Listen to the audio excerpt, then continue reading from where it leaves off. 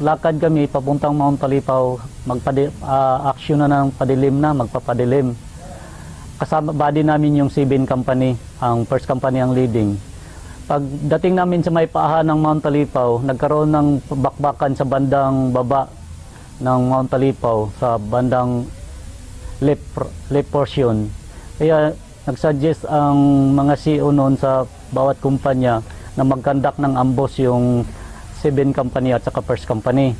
Ang ginawa namin, kasi paggabi na, nagbadalian kami na nag-halt, tapos kain, tapos conduct agad ng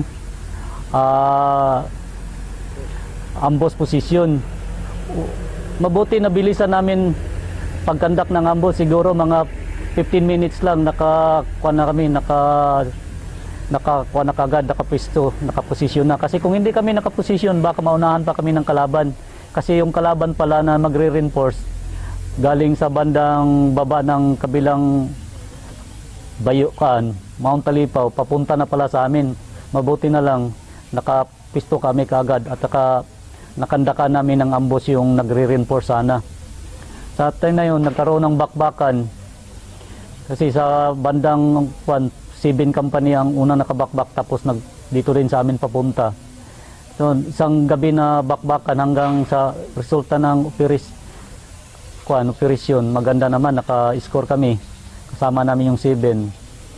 Kaya sa team leader, ginawa ko lang yung dapat kong gawin na i-secure ang bandang sa right portion ng Mount Talipaw. At saka yung isang section namin umakyat sa pinaka-top ng Mount Talipaw. Kasi hindi namin sigurado na baka magkaroon ng reinforce ang kalaban doon lulusot. Wala silang lulusutan kasi yung Mount Talipaw Peak kinuha na ng tropa, tapos sa right at left kinuha na rin ng tropa. Kaya ang ginawa nila, yung iba na kalaban nag-withdraw pa balik sa pinanggalingan nila. Sa resulta ng bakbakan hanggang magdamag, may putok pa rin na narinig kasi sa kinabukasan pala na kuha namin, may naiwan na dalawang body count, may dalawa na buhay pa.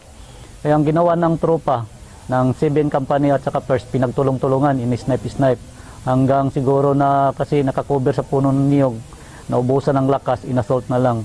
Ang resulta ng operasyon, nakakuha kami ng 4 na barrel,